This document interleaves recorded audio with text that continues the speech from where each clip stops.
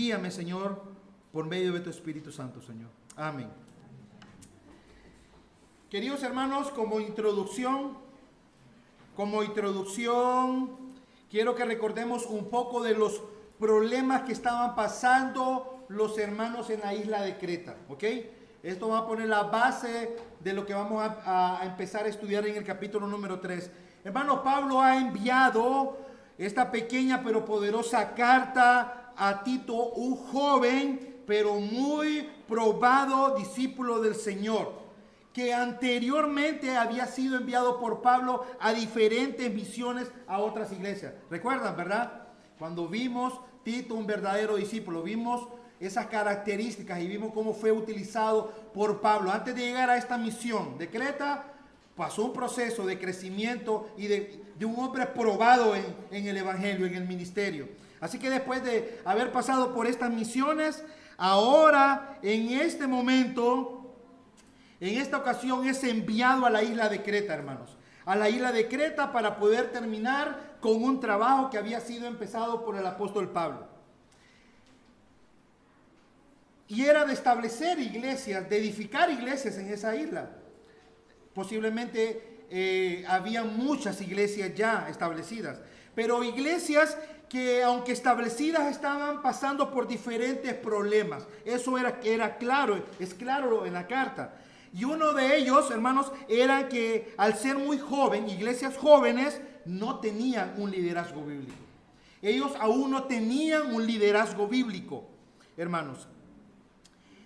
Y hermanos, y al no tenerlo había florecido una mala influencia de parte de falsos maestros y líderes corruptos que Pablo le llama los de la circuncisión. ¿Se acuerdan, verdad? ¿Ok? Estos eran judíos engañadores que se habían presentado como cristianos en diferentes iglesias en la isla de Creta para enseñar lo que no conviene. ¿Recuerdan, verdad? Para enseñar ¿Y qué era lo que no convenía? Bueno, estos maestros enseñaban que para ser cristiano debían adoptar las prácticas del judaísmo, como circuncidarse y obedecer todas sus leyes, y así obtener ganancias deshonestas para ellos mismos. Lo triste, hermanos, de estos falsos maestros que habían en Creta era que se presentaban como maestros piadosos, pero sus vidas contradecían el estilo de vida cristiano. Ellos decían, pero no hacían. ¿Recuerdan, verdad? Ellos decían, pero no hacían. Profesaban conocer a Dios, pero con sus hechos lo niegan, dice Pablo. Ellos negaban cualquier obra redentora de la gracia de Dios en su vida con la forma de vida que tenían, a pesar de ser maestros en las iglesias. Por consiguiente, estos hombres malvados que se habían metido en las iglesias, estos falsos cristianos, eran reprobados, descalificados para poder producir buenas obras. Y lo único que podían producir estos falsos maestros, estos falsos cristianos, ¿qué eran? Problemas, contiendas y divisiones. Esto es lo que produce una enseñanza que no es sana. No produce vidas sanas, produce vidas contaminadas, emproblemadas, divisiones, contiendas. Pero otro problema, hermanos, que vemos era la sociedad en el cual vivían estos cristianos en Creta. Gracias.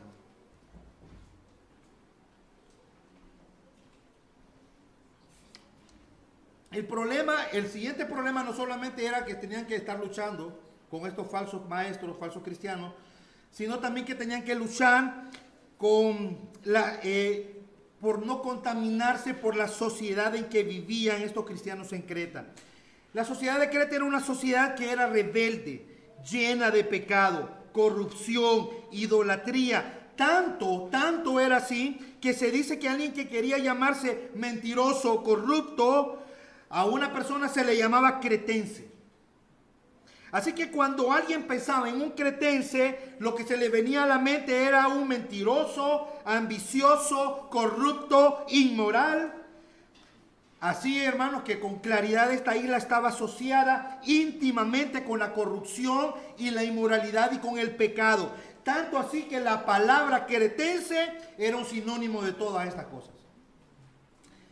Y Tito, hermanos, en el capítulo 2 debía animar a los cristianos en Creta a hacer todo lo contrario de lo que se pensaba de un cretense. Esa es la idea. Tenían que vivir de tal manera que debían ser luz en medio de las tinieblas.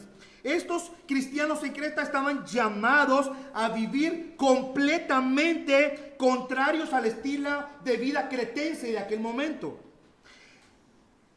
Y eso incluía todos los miembros.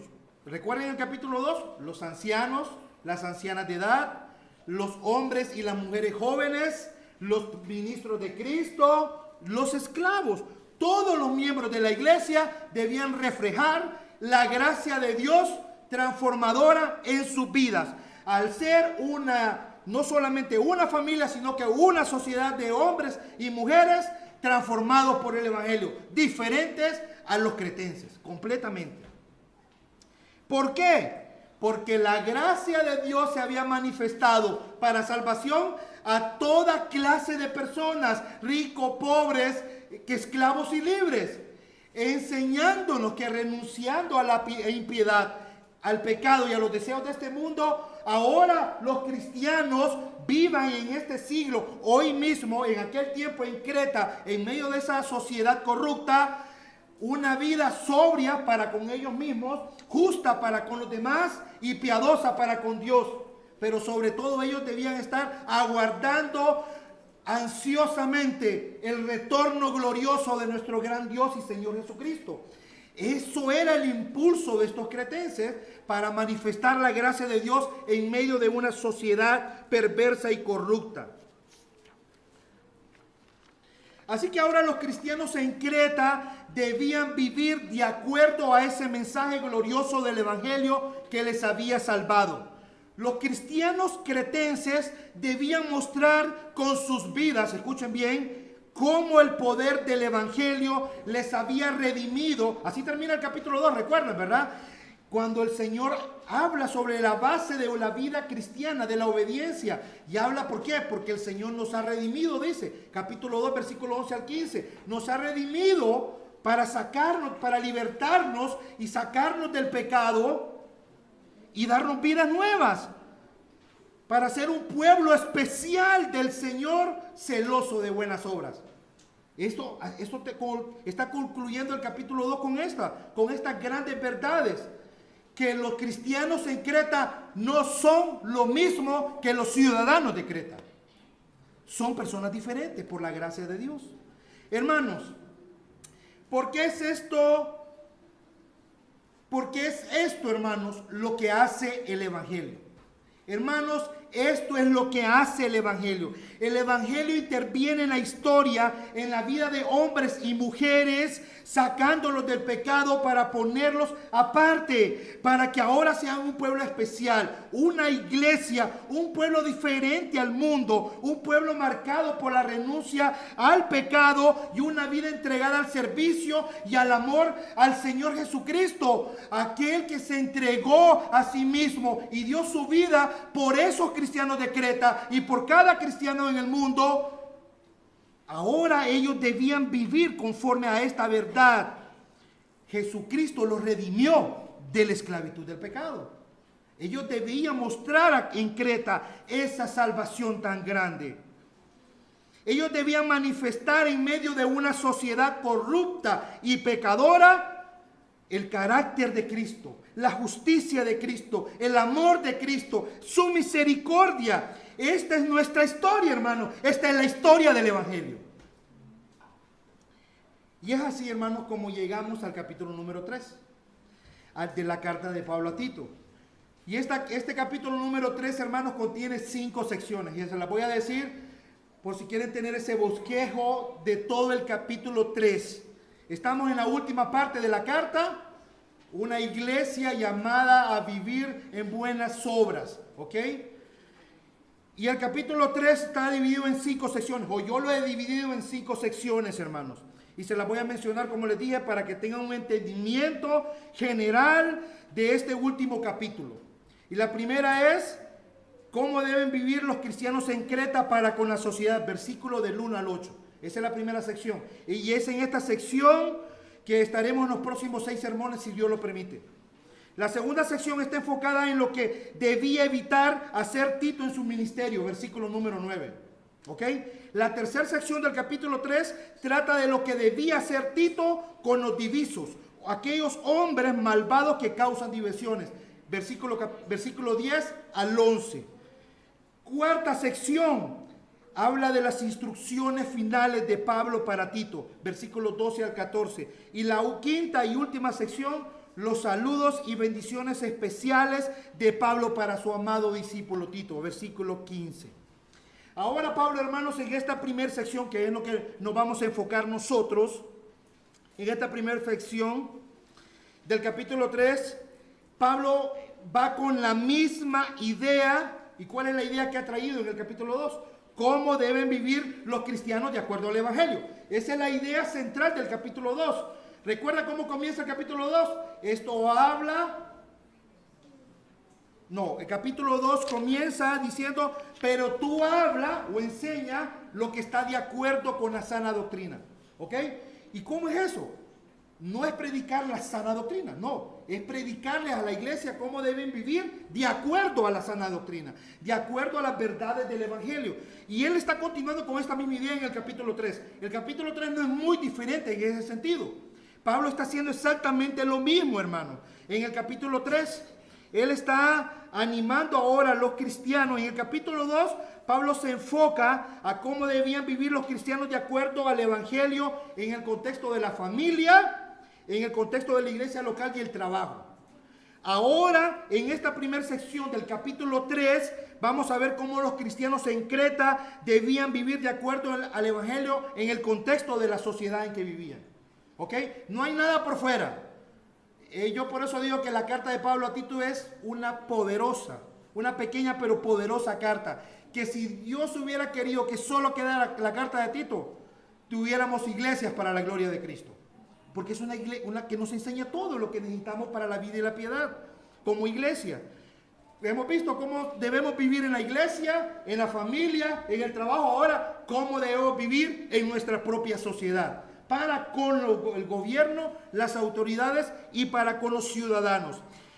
Y así es como así llegamos, hermanos, al capítulo 3 de la carta de Tito y a esta primera sección. Y en este sermón, hermanos, y en este capítulo vamos a contestar algunas preguntas muy importantes que muchos cristianos se han preguntado a lo largo de toda la historia del cristianismo. Y una es, ¿cuál debe ser nuestra actitud como cristianos en la sociedad? ¿Cómo debemos vivir para con el gobierno y sus autoridades? ¿Cómo debemos vivir para con los ciudadanos de esta sociedad? Y a través, hermanos, de la historia del cristianismo han respondido estas preguntas de diferentes maneras. Unos han dicho que debemos relacionarnos y mezclarnos con la sociedad tanto como podamos, al punto de asimilarnos lo más que podamos a ellos. Completamente equivocado, ¿verdad? Pero hay otro extremo que dice, otros han dicho que debemos salir por completo de la sociedad, que debemos aislarnos, irnos a una montaña a vivir. No, tampoco eso es correcto. En esta mañana vamos a ver qué dice Dios. ¿Qué dice Dios? Y Él nos va a responder estas preguntas. ¿Ok? ¿Qué dice la palabra de Dios sobre nuestras responsabilidades en este mundo y específicamente en medio de nuestra propia sociedad? Y obviamente la sociedad de Creta también, ¿verdad? Hermanos, en este capítulo 3, Pablo tiene en mente que los cristianos que han experimentado de la gracia salvadora son parte con claridad de una nueva familia, ¿sí o no? Cuando venimos a Cristo, somos parte de una nueva familia. Pero también, hermanos, somos parte de una nueva creación, de una nueva humanidad, que debe ser luz en medio de una sociedad corrupta y caída. Pablo, hermanos, ve a la iglesia como una nueva creación, como una nueva humanidad. Y eso es lo que somos, una nueva humanidad, una nueva creación en medio de esta sociedad corrupta, hermanos. Y debemos manifestar la gloria del Evangelio con nuestras vidas en esta sociedad. Y en la hoja que ustedes tienen en sus manos, Cada uno tiene una hoja en la cual está el bosquejo de este sermón. Pero antes del bosquejo del sermón está el bosquejo de los próximos sermones de la primera sección. ¿Recuerdan la primera sección, verdad? Cómo deben vivir los cristianos de Creta para con la sociedad. Y en esta primera sección es del versículo 1 al 8. Entonces la primera sección es cómo deben vivir para con los gobernantes y autoridades. Pablo introduce cada punto importante. El segundo, cómo deben vivir para con los ciudadanos, versículo 2. Otro punto que debía recordarle para poder ser luz en medio de esa sociedad es que cómo eran sus vidas antes de Cristo. Y ahí vamos a ver por qué era necesario recordar eso. El cuarta cosa que debía recordarles, cómo el Señor les había salvado, versículo 4 al 7. Y por último, les que debía recordar cómo debían utilizar sus vidas en medio de esta sociedad. Entonces, estos 5 recordatorios o estos 5 aspectos de esta primera parte del capítulo 3 nos ayudan a poder ser personas, hombres y mujeres, que no somos luz en medio de una sociedad perdida y corrupta, ¿ok? Entonces, en esta mañana, hermanos, vamos a ver el primer punto de la primera sección del capítulo 3. O sea, esta mañana solo vamos a ver cómo deben vivir para con los gobernantes y autoridades, versículo número 1, ¿ok? Primera parte. La parte número 2, vamos a ver cómo deben vivir para con los ciudadanos en la próxima oportunidad que tengamos. Y entonces en la primera sección del capítulo 3 tiene que ver cómo los cristianos de Creta y cada cristiano en el mundo deben ser los ciudadanos ideales de la sociedad. Como los ciudadanos de Creta y cada cristiano verdadero debe ser el ciudadano ideal de cada sociedad. Eso es lo que vamos a ver en esta primera parte. Pablo debe recordarles le da un mandato a Tito que debe recordarles a los cristianos que son una nueva humanidad y deben vivir de acuerdo a esa realidad dentro de la sociedad de este mundo y específicamente para con los gobernantes y autoridades. Eso es lo que vamos a ver hoy. Cómo los cristianos en Creta deben vivir delante o para con los gobernantes y autoridades. Y vamos a leer nuevamente nuestro texto. Tito capítulo 3, versículo 1 y 2. Dice así: recuérdales que se sujeten a los gobernantes y autoridades, que obedezcan, que estén dispuestos a toda buena obra, que a nadie difamen, que no sean pendencieros, sino amables, mostrando toda mansedumbre para con todos los hombres. Hermanos, nuestro texto, el versículo 1 del capítulo 3, comienza con una palabra muy importante. ¿Cuál es la palabra que encontramos ahí? Recuérdales, recuérdales. Y esta encomienda que le está dando Pablo a Tito, hermanos, no era una sugerencia para él. La palabra recuérdales, voy a hablar un poco de gramática porque es importante entender la gramática, todos nosotros, para entender mejor qué es lo que está queriendo decir Pablo. Esa palabra recuérdales está en un verbo que está activo y es imperativo. O sea que es una acción que Tito debía continuamente realizarla, sí o sí. No era una excepción, no era una sugerencia, es un imperativo, quiere decir que es un mandato, que es una orden. Pablo le dice, recuérdales.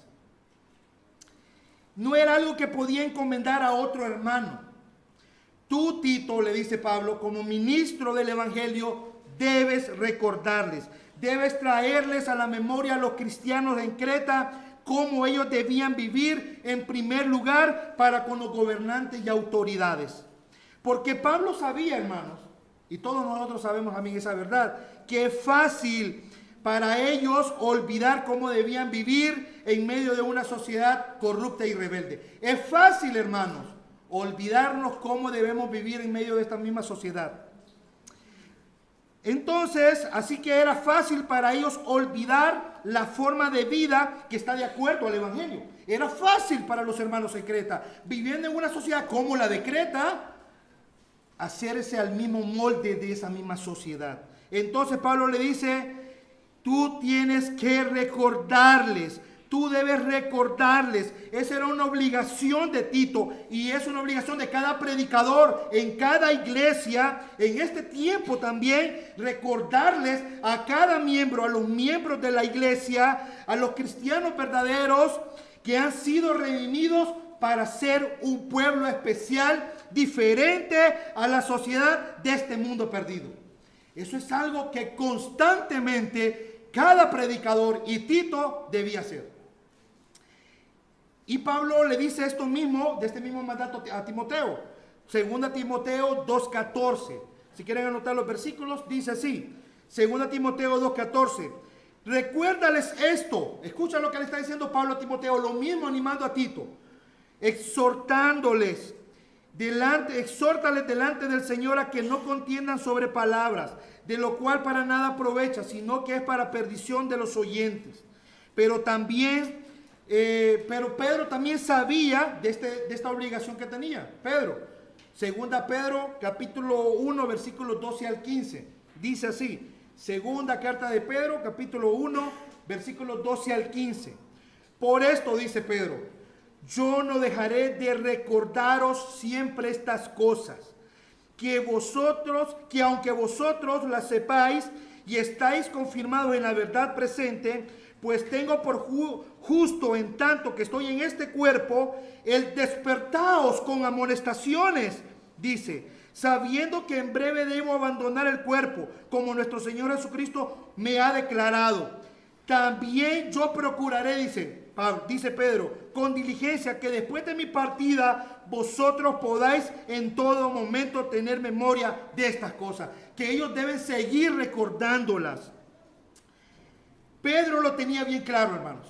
Pedro tenía bien claro que no podía dejar de recordarles a los cristianos de la dispersión que, siendo partícipes de una nueva naturaleza, sus vidas debían manifestar esa obra a todas las demás personas, en medio de una terrible persecución y con el peor y de los más grandes gobernadores.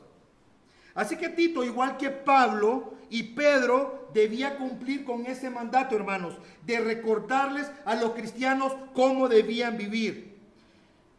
Y esto lamentablemente es algo que muchas personas aborrecen hoy en día en las iglesias. Muchas personas asisten a las iglesias y aborrecen que se les esté diciendo cómo deben vivir de acuerdo al Evangelio. Hermanos, pero el que es cristiano anhela estas amonestaciones.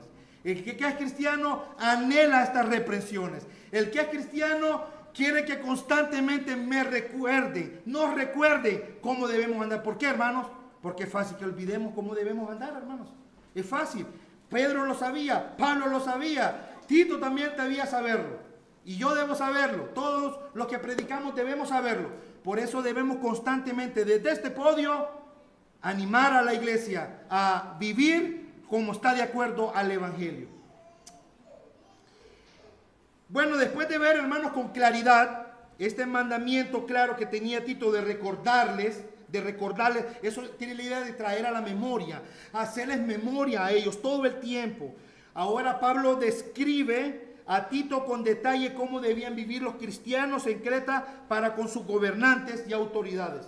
Y en el versículo número 1 dice, recuérdales que se sujeten, que obedezcan, que estén dispuestos a toda buena obra. ¿Para quién? Para con sus gobernantes y autoridades. ¿Ok? 3 actitudes que debían tener los cristianos de Creta para con los gobernantes y autoridades. Estos debían sujetarse, estos debían obedecer y estos debían estar dispuestos a toda buena obra. ¿Ok? Y cuando hablamos, hermanos, de gobernantes y autoridades, debemos entender a qué nos referimos. La palabra que se usa aquí para gobernantes es una palabra que implica la autoridad principal, la primera autoridad. O sea, en aquel entonces, el rey, el emperador o el presidente. Eso habla de gobernantes, la autoridad la primera autoridad, la inicial de la cabeza de todo. Y cuando habla de autoridades nos referimos a los responsables de ejercer autoridad sobre la sociedad en las diferentes esferas de un país, o en este caso de la isla de Creta, ¿verdad? Entonces debemos entender bien cuando hablamos qué significa gobernantes y autoridades, ¿ok? Así que pasamos, hermanos, a la primera actitud que debían tener los cristianos en Creta para con los gobernantes y autoridades. Y la primera actitud debía ser que se sujeten, que se sujetaran, correcto. La palabra en el original, hermanos, en el griego, para esta palabra es muy importante, porque no es simplemente obedecer.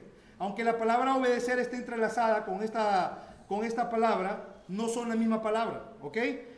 Esta palabra más bien tiene la idea de subordinarse, de estar sumiso, de estar dispuestos a someterse a las órdenes o deseos de otros, o mejor dicho, inclinados a la autoridad que nos ejerce autoridad en ese momento, ¿ok? Entonces la palabra sujetarse era una actitud completamente contraria a la sociedad y a la cultura rebelde de los cretenses. Esto es algo muy importante. El sujetarse al emperador, a los romanos o a cualquier imperio era contrario a la cualidad natural de las personas que vivían en esa isla de aquel momento. Ellos eran rebeldes, ellos eran revolucionarios. Dice la Biblia que eran malas bestias. ¿Ok? Pero también lo eran también los judíos. No solo los cretenses eran personas que tenían ese carácter de rebeldía y de corrupción. Los judíos también, hermanos. ¿Y por qué menciono a los judíos en este momento? Estoy hablando de Creta. Hermanos, porque recordemos, hermanos, que para el tiempo de esta carta los romanos habían conquistado la isla de Creta. Eso había pasado en el año 62-64 aproximadamente. Así que ya no solamente eran los cretenses los únicos que habitaban la isla en aquel momento. La isla de Creta se había convertido en aquel momento que se envió esta carta en una provincia romana. Y por consiguiente, hermanos, gran multitud de judíos estaban también en la isla. Tanto, hermanos, que recuerden que los maestros falsos de las islas de Creta, ¿quiénes eran? Judíos, exactamente. Eso es muy importante entender, hermanos, para hablar de este tema. Así, hermanos, que la iglesia en Creta tenían una membresía multicultural. Habían de diferentes naciones. Habían cretenses, romanos y judíos. Y eso nos anima a pensar mejor sobre la situación que estaban pasando las iglesias. Los cristianos de Creta, hermanos, debían ser lo opuesto a los típicos cretenses y judíos rebeldes y revolucionarios, porque los judíos, a través de toda la historia del Nuevo Testamento y del Antiguo y del Nuevo Testamento, podemos ver que los judíos tenían una actitud revolucionaria, hermanos, rebelde. Eso eran ellos, por su ser, así eran ellos. Los cristianos debían tener, pero los cristianos de Creta, hermanos, sean romanos, sean judíos, sean cretenses, estos debían tener una actitud antirrevolucionaria contra el gobierno y las autoridades. La palabra que se usa aquí en el original, hermanos, pretende ser ante todo una prohibición a la rebelión. Una prohibición a la rebelión. Eso es sujetarse. Se usa una palabra que es upotazo, que tiene la idea no solamente de estar bajo sumisión, sino que también da la idea de no ser revolucionarios, de no levantarse en armas, de no levantarse en violencia contra las autoridades. Es una palabra que se utiliza más para esta esencia de concepto. Así que el Señor manda a los cristianos en Creta a estar bajo las autoridades y los gobernadores y autoridades de Creta. A mantenerse, ¿y cuál es el llamado? A mantenerse en sumisión y no a estar en rebeldía ni participar en levantamientos de fuerza y armas contra ellos. Esto era famoso en aquel tiempo, hermanos. ¿Ustedes recuerdan por quién fue el cambio del Señor Jesucristo para entrar a la cruz, para entrar a la prisión cuando fue crucificado? Barrabás. Barrabás era un judío que estaba representando un grupo revolucionario. Se habían levantado en armas contra. Entonces los judíos eran propensos a estas cosas. Pero el Señor les dice a los ciudadanos de Creta: ustedes no están llamados a levantarse en rebeldía contra el imperio romano. Ustedes no están llamados a levantarse en arma y violencia a las calles, a quemar llantas, a quemar casas, a hacer violencia contra, no importa, sea quien sea, los gobernantes. Escúchenlo bien. El punto importante es que cuando Pablo llama a los cristianos en Creta a sujetarse a los gobernantes, les está diciendo: no se presten ni se levanten en una rebelión armada, no revolución violenta hacia las autoridades civiles, sino que ustedes como cristianos cambiados y transformados por la gracia de Dios deben vivir en subordinación a los gobernantes y autoridades, y deben pagar, hermanos, pagar sus impuestos, porque enlazo la actitud revolucionaria con el pago de impuestos. Los judíos tenían una tendencia revolucionaria en este sentido. En el Nuevo Testamento vemos abundante testimonio que la rebeldía de los judíos frente al dominio romano, ¿cuál era? No pagar impuestos. Ellos no querían pagar impuestos. Eso es levantarse en violencia contra el gobierno. Pedro amonesta principalmente a los judíos y los exhorta a sujetarse a sus autoridades. Primera de Pedro 1:1. Bueno, en el 1:1 nos muestra que eran judíos de la dispersión. Y en el capítulo 2, versículo 13 al 14, le dice, Primera de Pedro 2, 13 al 14.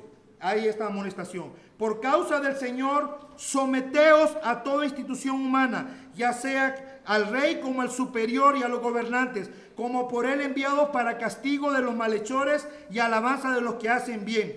Otro pasaje, hermanos, es claro, ¿verdad? Sométanse a sus autoridades, sujétense a sus gobernantes, ¿ok? Pero otro pasaje importante donde Pablo exhorta a los judíos es donde Pablo exhorta a los judíos en Roma. Muy famoso para hablar de este tema, ¿verdad? Romanos capítulo 13, versículo 1 y 2. Pueden buscarlo. Romanos capítulo 13, versículo 1 y 2 dice así: sométase toda persona a las autoridades superiores, porque no hay autoridad sino de parte de Dios, y las que hay por Dios han sido establecidas. De modo que quien se opone, escuchen bien, quien resiste, es la palabra, esa palabra oponerse es antipotazo, o sea, es el antónimo de upotazo, el de sujetarse. El que se resiste, dice, se está resistiendo ¿a quién? A Dios. ¿Por qué? Porque toda autoridad ha sido establecida por Dios, y los que resisten, los que son anti-opotazos, estos acarrean condenación para sí mismos, dice la palabra de Dios, no lo digo yo. Es claro, entonces. Ahora miren lo que dice el versículo 5. Por lo cual es necesario estarles sujetos, no solamente por razón del castigo, sino también por causa de la conciencia. Pues por esto pagáis también los tributos. Miren cómo está conectando Pablo el sometimiento, el sujetarse a un gobierno con el pago de impuestos. Porque él sabía que esa era la actitud normal de las personas. La forma de rebelión financiera era no pagar los impuestos. Entonces le dice, por esto pagáis también los tributos, porque son servidores de Dios que atienden continuamente a esto mismo. Pagad a todo lo que debéis, al que tributo, tributo, al que impuesto, impuesto, al que respeto, respeto, al que honra, honra. ¿Ok? Entonces, hermanos, es claro que Pablo, como Pedro, miraba la necesidad de amonestar específicamente a los judíos en sus cartas y animarlos a someterse a los gobernantes y autoridades. Y una forma clara era animándolos ¿a qué? A pagar impuestos. porque no pagarlos es una muestra clara de rebelión contra Dios y contra el Estado. Así de sencillo. Algo que es importante recalcar, hermanos, es que no es algo condicionado. O sea, someterse, ponerse bajo la autoridad, no rebelarse contra la autoridad, no levantarse en armas, no levantarse en violencia, no era algo que estaba condicionado. Quiero decirlo muy claro. Cada ciudadano debe sujetarse a sus autoridades, sean estas buenas o malas, sean estas justas o injustas. El mandato que está aquí, hermanos, en este texto es absoluto, universal e incondicional. Es absoluto, es universal e incondicional, ¿ok? No olviden esto, sin excepciones. Es claro, hermanos, y pongan mucha atención en qué contexto estamos hablando. Es claro que las autoridades que gobernaban en aquel momento, a las que Pablo se refería en el texto de los romanos y a los cretenses, no eran cristianos. No eran un gobierno cristiano. No eran personas políticamente morales. Estos hombres eran corruptos, amaban el pecado. Pero Pablo y Pedro teniendo, pónganse bajo autoridad. No se levanten en armas contra ellos. Si hay bien gobiernos, si buscan gobiernos malvados y peores, busquen los de Creta y busquen los de Nerón ahí en Pedro. ¿Por qué dice no deben hacer eso? ¿Por qué? Porque de modo que quien se opone a la autoridad a lo establecido por Dios resiste, dice la Biblia. Eso es claro. Y los que se resisten acarrean condenación para sí mismos, así como conclusión a este punto, hermanos, el cristiano puede huir, sufrir, pero nunca resistirse y oponerse a las autoridades existentes. El cristiano puede huir, sufrir y hasta morir, pero no levantarse en armas y en violencia contra las autoridades. Eso es lo que nos enseñan las Escrituras, hermanos. Y aunque la palabra sujetarse, hermanos, y hemos terminado con el primer punto, y es importante entender que el primer acción es un verbo que estaba en pasivo, recuerdan, ¿verdad? O sea, los cristianos en Creta recibían la acción de sujetarse a las autoridades. Ahora en esta segunda acción, Pablo les dice que deben obedecer. Ya esta es una acción activa. Eso quiere decir que es algo que ellos debían realizar. ¿Ok? No la reciben esa acción ellos, sino que ellos debían esforzarse por cumplir este mandato. ¿Ok? Entonces, nuestra segunda acción, como dije, es activa. O sea que la acción debe ejecutarla el sujeto de la oración. ¿Y quién es el sujeto de la oración? Los cristianos en Creta. ¿Ok? Ellos deben obedecer a los gobernantes y autoridades existentes. Así que acertadamente Pablo divide y utiliza estas dos palabras como palabras completamente diferentes. Son verbos completamente diferentes y palabras completamente diferentes, aunque están entrelazadas, porque nadie puede decir, yo me someto a una autoridad, pero no le obedezco. Están entrelazadas, pero no son lo mismo. ¿Ok? Entonces Pablo entiende muy bien esto y él dice, sujétense, pero también dice, obedezcan. ¿Ok? Ellos deben obedecer, ellos deben esforzarse por cumplir, tener esta actitud. Y esta palabra de obedecer, hermanos, tiene la idea en el original de obedecer a una autoridad, literalmente. O sea, no es simplemente obedecer cualquier cosa, es obedecer a una autoridad. Pablo está hablando en el contexto de la obediencia a las autoridades y a los gobiernos. No está hablando a cualquier obediencia a cualquier cosa, no, a una autoridad, obedecer a una persona que gobierna o manda, esa es la idea. Ellos debían obedecer a las personas que estaban sobre ellos, que eran los encargados de administrar la autoridad sobre ellos. Los cristianos de Creta no solo debían entonces, hermanos, sujetarse, ¿verdad? Ponerse bajo la autoridad, no rebelarse en armas, no levantarse en violencia, no solamente eso, sino que también tenían que obedecer, exactamente, tenían que obedecer, hermanos, a las autoridades de Creta. La única excepción, hermanos, y esto es muy claro, la única excepción es cuando las órdenes del gobierno de Creta enviaban a los cristianos a que hicieran algo contrario a los mandatos de Dios. En ese momento, hermanos, era el momento en que ellos ya estaban capacitados para no obedecer el gobierno. No es lo mismo no obedecer que no someterse. Ya voy a explicar por qué. Y esta es un ejemplo también que hallamos en el relato de Hechos 4, recuerdan, ¿verdad? Cuando el Sanedrín y el Concilio Judío Supremo en Jerusalén ordenó a Pedro y a Juan que en ninguna manera ellos debían predicar, ni hablar, ni enseñar en nombre del Señor Jesucristo. ¿Y qué respondieron los apóstoles? Juzgad si es justo delante de Dios obedecerlos a vosotros antes que a Dios.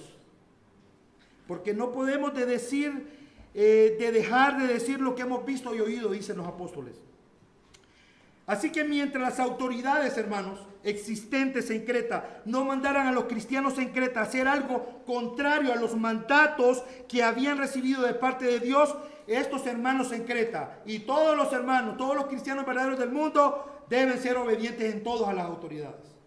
En todo, ¿ok?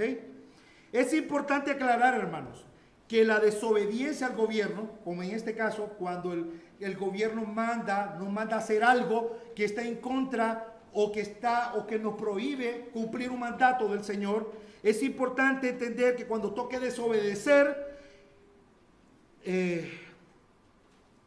por obedecer, hermanos, esto no quiere decir que podemos levantarnos en armas contra el gobierno. O sea, cuando un gobierno nos impulsa a la desobediencia, eso, hermanos, no es una excusa para levantarnos en armas y volvernos rebeldes contra el gobierno. No es una excusa, ¿ok? Podemos desobedecer, pero someternos, como lo hicieron los discípulos. Iban a la cárcel, desobedecían, iban a la cárcel, desobedecían, iban a azotar. Ellos no llamaron a una revolución cristiana. Bueno, metieron preso a Pedro y a Pablo, agarremos los palos, vamos a quemar las casas, metámosle fuego al ¿cómo se llamaba? Donde tenían los Herodes, los jueces. ¿Ah? No. El pretorio, correcto. Vamos a meterle fuego al pretorio. No, esa no fue la actitud. No vemos eso en el Nuevo Testamento, hermano. Vemos a los cristianos desobedeciendo al gobierno cuando ellos les mandaban a no hacer o hacer algo que prohíbe el Señor, pero al mismo tiempo se estaban sometidos a ellos. No se levantaron, no desobedecieron ese mandato de no sujetarse. Estos podían desobedecer, hermanos, pero seguir en sujeción. Entonces se puede desobedecer en estos casos, pero al mismo tiempo seguir en sujeción, aunque eso conlleve que sufrirían hasta la muerte, como pasó con la mayoría de los mártires. La mayoría de muertes murió por eso, hermanos. Pero el último punto es que dice que estén dispuestos a toda buena obra. Hemos visto primero la acción pasiva. Ellos debían someterse. La acción era el gobierno que tenía que hacerlo sobre ellos. Debían someterse, no levantarse en armas. Segundo, debían obedecer, ser obedientes en todo, hasta el punto que el gobierno les mandaba hacer algo o les prohibía algo que era un mandato de Dios. Y eso tampoco los llamaba a ser revolucionarios, a irse en armas o en rebelión contra el gobierno. Pero el último punto entonces es que estén dispuestos a toda buena obra. Esta acción, hermanos, dispuestos a toda buena obra, tiene la idea que los cristianos en Creta debían estar completamente preparados o en condiciones para hacer buenas obras. Estos debían estar prestos, esta es la idea. Estos cristianos debían someterse, sujetarse, no levantarse en armas, no levantarse en violencia. En vez de eso, ser obedientes en todo. Pero, ¿cómo se manifestaba esa sujeción y esa obediencia en los cristianos de Creta? Porque iban a ser hombres y mujeres prestos, dispuestos, listos para toda buena obra. Estos cristianos de Creta debían ser conocidos no solamente por ser hombres y mujeres que se sujetaban y obedecían a las autoridades civiles, sino que también una cualidad, porque dice que estén, este es otro verbo, hermanos, que tiene la idea de ser. Debe ser una cualidad del hombre. No es algo que hacemos por obligación. O sea, el cristiano debe crear en él esa cualidad de estar presto para hacer buenas obras. Los falsos cristianos, hermanos, y los inconversos están incapacitados para poder realizar y ejecutar una tan siquiera buena obra. Están descalificados. Recuerden, ¿verdad? ¿Cómo terminó Tito capítulo 1, versículo 16? Dice reprobados en cuanto a toda buena obra. Toda la persona que no conoce al Señor no tiene la capacidad de hacer una buena obra. Pueden hacer buenas acciones, pero no buenas obras. Son cosas diferentes. ¿Ok? Entonces, hermanos, el Señor les recuerda que ellos deben amar a sus enemigos. Deben amar a sus vecinos. Deben amar a los que nos maldicen, como Lucas 6, 27 en adelante. Primera de Pedro 2:12 dice también, manteniendo vuestra buena conducta, vuestra buena manera de vivir entre los gentiles, entre la sociedad, para que los que murmuran de vosotros como de malhechores glorifiquen a Dios el día de la visitación y al considerar vuestras buenas obras. Así que los cristianos de Creta debían ser lo contrario, debían ser útiles en la sociedad. Recuerden cómo dijo Pablo que eran los cretenses. Dicen que eran glotones ociosos. Esto quiere decir que estas personas no eran útiles en la sociedad, pero querían todo para ellos. Glotones ociosos. Los cristianos de Creta no debían ser ociosos. Ellos no deberían ser inútiles. Ellos deberían ser útiles a la sociedad. Debían ser los ciudadanos más destacados por ser trabajadores, serviciales y ser prestos, listos ahora mismo para hacer el bien común a la sociedad. Eso debemos ser nosotros, hermanos. Amén. Esas son las actitudes es la forma en que podemos ser luz en este mundo, hermanos. Es la forma de manifestar la gloria de Dios en la salvación de pecadores. Siendo una nueva creación, una nueva humanidad redimida para ser un pueblo propio, sobrio, justo, celoso de buenas obras. Hemos concluido nuestro sermón de esta mañana, hermanos. Y hemos visto en primer punto que en esta primera sección del capítulo 3, que nos habla del deber de Tito en recordarles a los cristianos en Creta cómo deben vivir. ¿Para quién? Para los gobernantes y las autoridades. Y Pablo menciona 3 actitudes hacia los gobernantes y autoridades. La primera, que se sujeten. Así que el Señor manda a los cristianos en Creta a estar bajo las autoridades de los gobernadores y autoridades, a mantenerse en sumisión y no estar en rebeldía ni participar en el levantamiento de armas contra ellos. Eso significa sujetarse. Segundo, que obedezcan. Manda a los cristianos de Creta a obedecer en todas las autoridades civiles. Estos debían ser ciudadanos ejemplares y obedientes, no rebeldes, mientras las autoridades civiles no les mandaran hacer o prohibir algo que era un mandato del Señor. Y último punto, que estén dispuestos a toda buena obra. Los cristianos de Creta tenían la bendición de poder hacer buenas obras y son animados a ser hombres y mujeres con una cualidad peculiar en una sociedad perdida y pecadora. Y era que estén dispuestos, prestos a negarse a sí mismos para hacer buenas obras, llevando el bien a todos los ciudadanos que puedan y tengan la oportunidad de hacer. Eso hemos visto en esta mañana. Pues mi esposa me dijo, solo va a ver la primera parte. Sí, es bastante la primera parte. Sí. Vemos, hay mucha riqueza, ¿verdad?, en un texto, hermano, cuando realmente queremos ver la verdad que Dios nos quiere mostrar en un texto. Hermano, y como aplicación para la iglesia, todos los pasajes tenían aplicaciones para nosotros.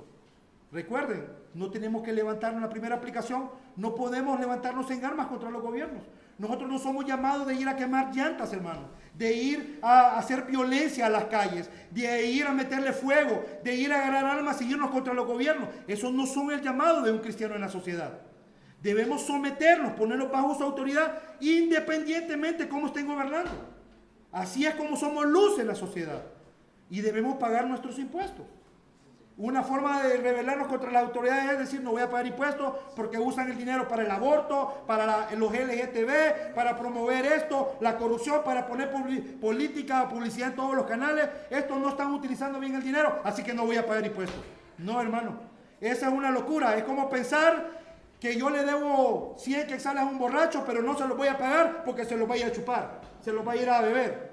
Yo no me importa lo que él va a hacer con ese dinero. Yo debo ese dinero a él.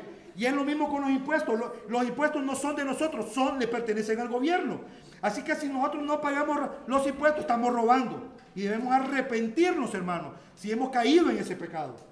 Porque es una forma de rebelión, de levantarnos contra un gobierno, en no pagar impuestos. Y para entender esto debemos pensar en la vocación, hermanos. La vocación, que el concepto de vocación. Nosotros somos responsables de pagar nuestros impuestos, pero no somos responsables ni vamos a dar cuenta de cómo se usaron. No es nuestra responsabilidad. Una última aplicación. Debemos ser obedientes, hermanos. Debemos ser obedientes a las autoridades. Nosotros como cristianos debemos ser luz, siendo obedientes y haciendo el bien a todas las personas. ¿Cómo eres conocido en tu trabajo? ¿Cómo eres conocido con tu autoridad superior, con tu jefe? ¿Eres de aquellos empleados que están listos para servir a todas las demás personas, independientemente de cómo son contigo? ¿Estás listo para obedecer las leyes de tránsito, las leyes civiles, las autoridades civiles que tenemos? ¿O te valen chancleta, como decimos en Honduras? Hermanos, una forma de rebeldía y de pecado es no querer obedecer a nuestras leyes, nuestras autoridades civiles. Dios nos manda, hermanos, a ser ciudadanos ejemplares. Hermanos, los hermanos de Antorcha, todos los cristianos de Antorcha deben ser conocidos por los mejores ciudadanos de Guatemala. No se rían, es la verdad lo que dice la Biblia. Digan amén, voy a tratar de hacer eso. Eso es lo que debemos hacer. Ser un ejemplo en una sociedad corrupta es sometiéndonos a nuestras autoridades, obedeciéndoles en todo, pero también como última aplicación, estar listos para desobedecer cuando nos manden a quebrantar un mandamiento o nos prohíban cumplir un mandamiento. Debemos ser hombres y mujeres valientes, que como dijeron los discípulos, juzguen ustedes si es necesario sujetarlos o ser obedientes a ustedes, obedecer al Señor. Nuestra primera obligación como autoridad suprema es nuestro Señor Jesucristo. Bajo Él debemos estar regidos. Oremos. Señor, queremos darte las gracias por tu palabra. Gracias, Señor, por